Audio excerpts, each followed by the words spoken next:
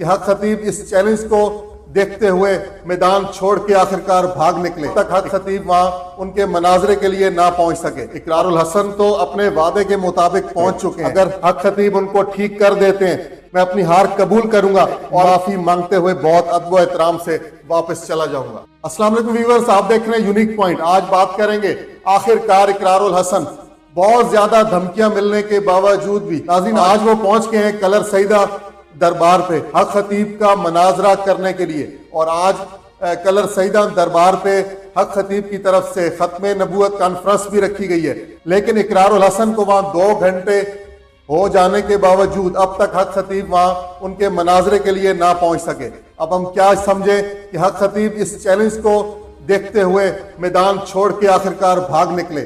اقرار الحسن تو اپنے وعدے کے مطابق پہنچ چکے ہیں کلر سیدہ میں حق خطیب کے دربار پہ، لیکن آخرکار 2 گھنٹے گزرنے کے باوجود پیر حق خطیب وہاں کیوں نہیں پہنچ سکے؟ اقرار الحسن اور حق خطیب کے خلیفوں اور مریدوں کا آپس میں تلخ کلامی اور کافی چیزوں پہ بحث و مباحث جاری ہے۔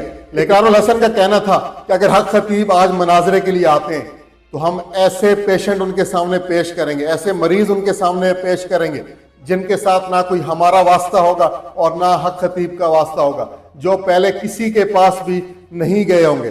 اگر حق خطیب ان کو ٹھیک کر دیتے ہیں میں اپنی ہار قبول کروں گا اور میں یہاں سے حق خطیب سے معافی مانگتے ہوئے بہت ادب و احترام سے واپس چلا جاؤں گا۔ ناظرین تو مزید ہمارے ساتھ رہیے گا، ہم آپ کو اپڈیٹ کرتے رہیں گے۔ اقرار الحسن اب تک کلر سیدہ میں اس وقت تک موجود ہیں اور وہ کہنا ہے کہ میں 1 گھنٹہ اور انتظار کروں گا۔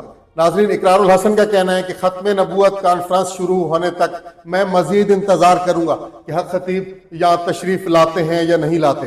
اگر وہ آ جاتے ہیں تو آج دودھ کا دودھ اور پانی کا پانی ہو جائے گا۔ تو ہمارے ساتھ رہیے گا نیکسٹ ویڈیو تک، دیکھتے رہیے یونیک پوائنٹ۔ اس کے ساتھ ہی اللہ حافظ۔